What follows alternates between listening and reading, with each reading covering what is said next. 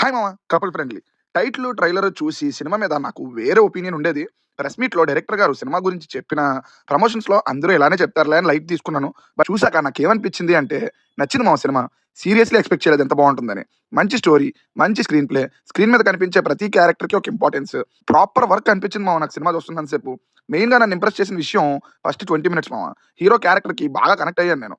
ఎంత connect అయ్యానంటే feels మాత్రమే difference మామ. సిట్యుయేషన్ మాత్రం సేమ్. కాకపోతే ఇక్కడ డైరెక్షన్ అంతే.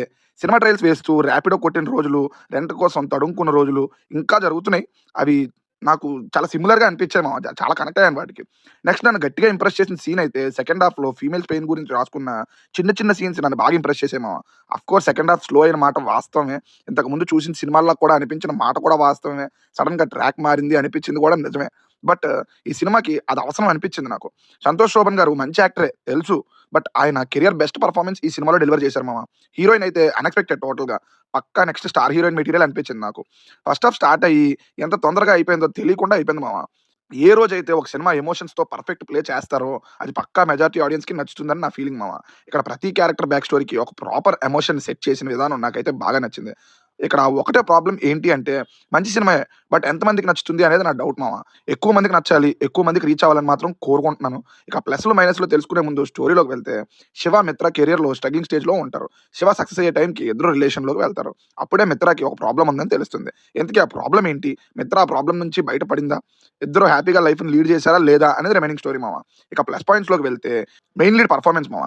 సినిమా స్టార్ట్ అయిన 10 మినిట్స్ తర్వాత నాకు క్యారెక్టర్సే కనిపించాయి. అంతలా లీనమైపోయాను సినిమాలో నేను.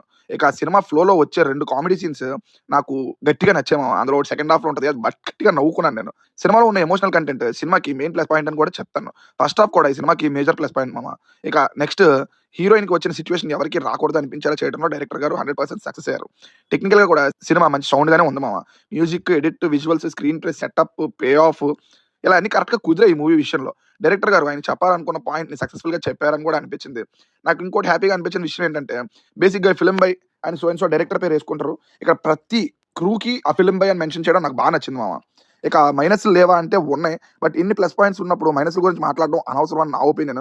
అయినా చెప్పు అంటే సెకండ్ హాఫ్ సీరియస్ టర్న్ తీసుకున్న తర్వాత సినిమా కొంచెం నెమ్మదిగా సాగుతూ ఉంటది మామ. చూడటం కూడా కొంచెం కష్టంగానే ఉంటది. అది కాకుండా మోతాదుకు మించి లిప్ లాక్స్ ఉంటాయి. అవి కూడా చూడడానికి కొంచెం ఇబ్బందిగా అనిపించొచ్చు. అది కాకుండా మన తెలుగులోనే ఇంతకు ముందు ఈ సినిమాలో వచ్చిన సెకండ్ హాఫ్‌లో ఒక 2, 3 సినిమాలొచ్చాయి. వాటిని అప్పుడు ఫ్లాప్ చేసి ఇప్పుడు కల్ట్ అంటున్నారు. సో, ఇప్పుడు సినిమా వచ్చింది కాబట్టి దీన్ని మళ్ళీ ఫ్యూచర్‌లో కల్ట్ అనకుండా ఇప్పుడే హిట్ చేస్తే బెటర్ అని నా ఒపీనియన్. ఓవరాల్‌గా మూవీ గురించి నా ఒపీనియన్ ఏంటి అంటే హ్యాపీగా అందరూ చూడాల్సిన సినిమా అంటాను. ఆ perfect film for this Valentine week అని మాత్రం చెప్పగలను. నా రిఫరెన్స్ లిస్ట్‌లో ఈ మూవీ ఉంటదా అంటే తప్పకుండా ఉంటది మామ. హ్యాపీగా ఫ్యామిలీతో కలిసి చూడండి.